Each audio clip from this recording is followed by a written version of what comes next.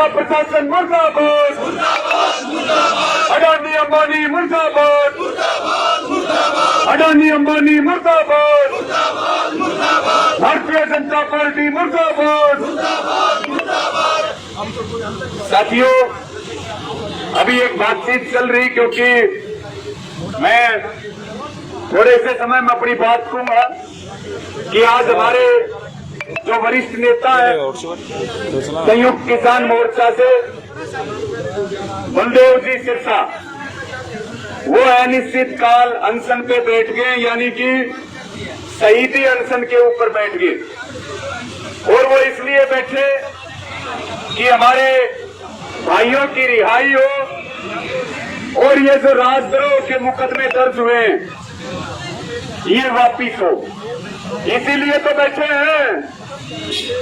लेकिन मैं आपको ये बात कहना चाहता हूं कि अब यहां सिरसा साहब बैठ गए, हरियाणा की खापें भी आएंगी, टोलों से भी आएंगे, सारे जिलों से भी आएंगे। लेकिन मेरी प्रशासन को एक निवेदन है और सरकार को एक चेतावनी है कि भाई अगर बलदेव जी सिरसा को थोड़ी सी भी आंच आई तो सिरसा के प्रशासन की और हरियाणा सरकार की ईंट से ईंट बजा देंगे भाई, पीछे नहीं हटेंगे। ये बैठे हैं शहीदी के लिए और हरियाणा लड़ेगा इनको बचाने के लिए। हमारे साथी भी रिहा होंगे, लेकिन सरकार की एक मंशा है, एक बहुत बड़ी कॉल है संयुक्त किसान मोर्चा की संसद विरोध मार्च की।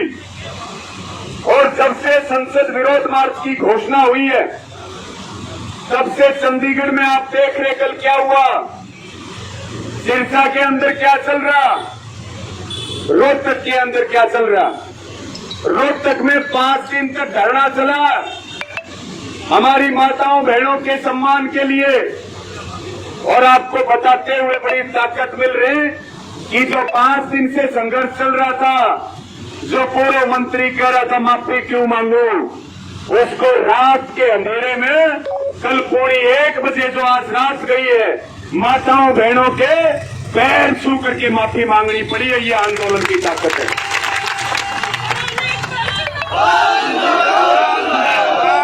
और साथियों, हिसार में 24 मई को एक आंदोलन हुआ, टोहाना में एक आंदोलन चला, रोहतक में एक आंदोलन चला। बताओ कोई भी हारे क्या? किसी में भी हमारी हार हुई है क्या?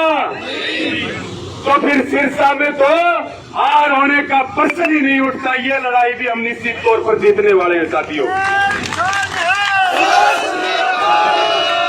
क्योंकि एक तरफ ऐतिहासिक आंदोलन चल रहा, तो दूसरी तरफ हरियाणा के अंदर ये 3-4 ऐतिहासिक पल दर्ज हुए।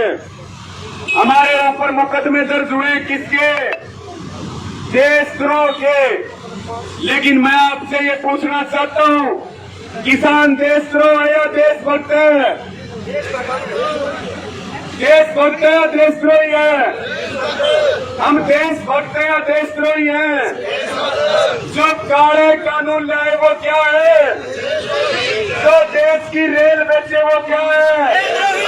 जो रोडवेज बेचे वो क्या है? जो युवाओं के रोजगार को बेचे वो क्या है? जो देश के एयरपोर्ट को बेचे वो क्या है? जो किसानों की जमीन पे कब्जा करने की तैयारी करे वो क्या है? जो पूंजीवादियों की गोदी के अंदर बैठा है वो क्या है? जो सड़कें बेचे वो क्या है? तो फिर देशद्रोही कौन है? नरेंद्र मोदी। और देशद्रोही कौन है? बीजेपी। और देशद्रोही कौन है? आरएसएस वाले। हम देशद्रोही नहीं है, हम देशभक्त हैं। ये बात कान खोल करके सुन लेनी चाहिए इनको।